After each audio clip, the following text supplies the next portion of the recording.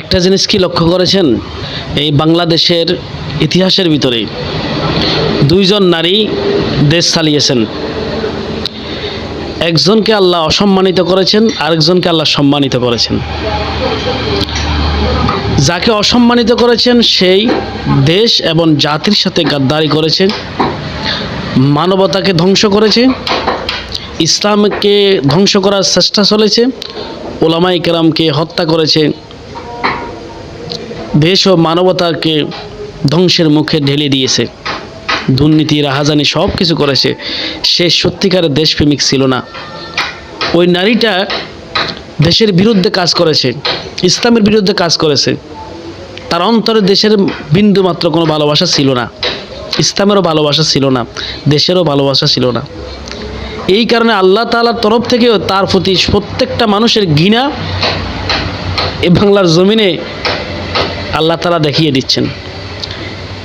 ঠিক তেমনি আরেকটি জিনিস লক্ষ্য করেন, আরেকজন নারী তিনিও দেশ চালিয়েছেন, তিনবার প্রধানমন্ত্রী ছিলেন। ও নারীটাই দেশের প্রত্যেকটা মানুষ নারীর জন্য দেওয়ানা, দোয়া করতেছে নারীর জন্য। দেশ নেত্রী বেগম খালেদা জিয়া, তিনি আফস্যান নেত্রী যাকে বলা হয়, দেখেন না তাকে কতটা নির্যাতন করেছে। স্বামীকে হারিয়েলেন দেশের জন্য, তার সন্তান হারিয়েলেন দেশের জন্য। তিনি তারপরে বাতিলের কাছে, জালেমদের কাছে মাথা নত তিনি করেন নাই। আজকে তিনি হসপিটালে মৃত্যুর শয্যায় রয়েছে, কত কষ্টের ভিতরে রয়েছে।